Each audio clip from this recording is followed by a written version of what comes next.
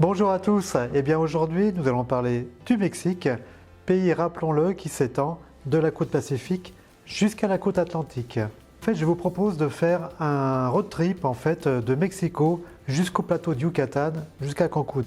En partant de Mexico, donc je vous propose d'aller sur Xochimilco, qui est un quartier où on peut faire des balades en barque. Voilà, il s'agit tout simplement d'un canal qui porte le nom de jardin flottant, car autrefois les Aztèques y cultivaient leur maïs.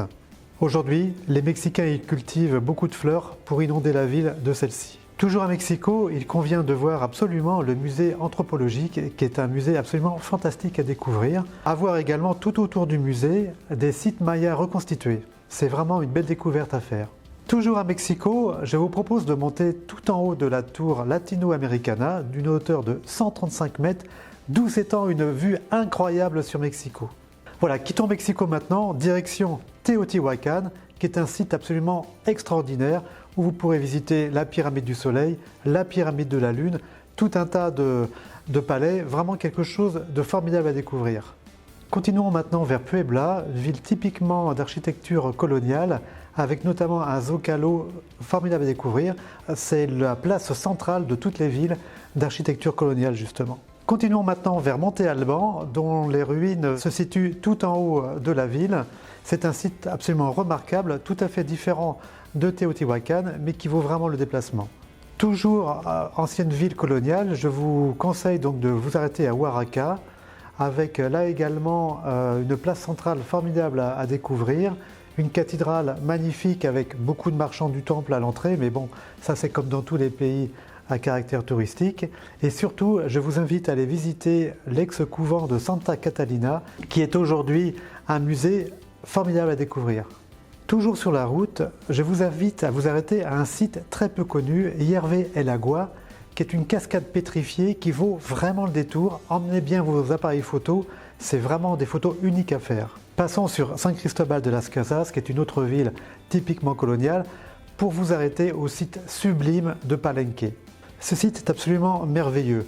Prévoyez d'arriver plus tôt en matinée pour éviter les grosses chaleurs, et si vous avez la chance d'arriver vraiment très tôt le matin, vous aurez la chance donc de voir le site se découvrir petit à petit derrière la brume. C'est vraiment un moment inoubliable. Si possible, prévoyez également une petite excursion dans la jungle qui se situe tout à côté. Vous pourrez y découvrir des tarentules, des chauves-souris, des singes hurleurs tout autour de vous, vraiment une ambiance un peu particulière. Il y a même un site maya qui n'est pas encore découvert vraiment, en pleine forêt. Là, vous aurez vraiment l'impression d'être Indiana Jones. Voilà, et après on aborde vraiment le plateau du Yucatan avec la ville de Campeche, qui est une ville également de style colonial, avec un climat beaucoup plus sec que Palenque, dont le taux d'humidité est vraiment très élevé. Il y a vraiment beaucoup de choses à voir, notamment la petite ville de Mérida, avec son site Maya del Pan, site très peu touristique mais qui a beaucoup de charme. Autre site très intéressant à découvrir, Uxmal, avec toute une pléthore d'iguanes qui se dorent au soleil toute la journée. Et bien sûr, sur le plateau du Yucatan, on ne peut pas éviter le site de Chichén Itzá, qui est un site énorme.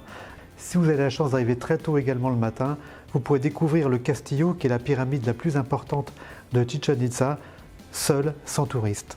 On terminera nos visites sur le site merveilleux de Tulum, qui a la particularité d'être au bord de l'océan. Vous avez la mer des Caraïbes face à vous, c'est vraiment un site sublime également.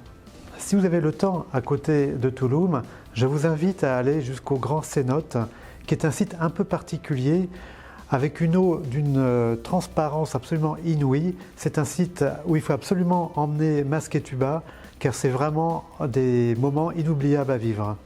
Et voilà, maintenant on arrive à Cancun. Alors Cancun, fini les petits villages typiques, fini les grands sites archéologiques.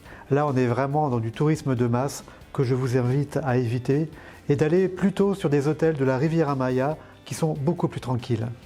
Alors c'est vrai, lors de cet itinéraire entre Mexico et Cancun, nous avons beaucoup parlé de sites mayas et aztèques. Avant de partir, beaucoup de voyageurs hésitent un peu sur ce genre de voyage car ont peur de faire un peu une overdose de sites de ce style-là. Or, chacun de ces sites a sa propre particularité et son propre charme et je vous invite vraiment à vous rendre au Mexique pour une découverte vraiment inoubliable. Alors, bon voyage!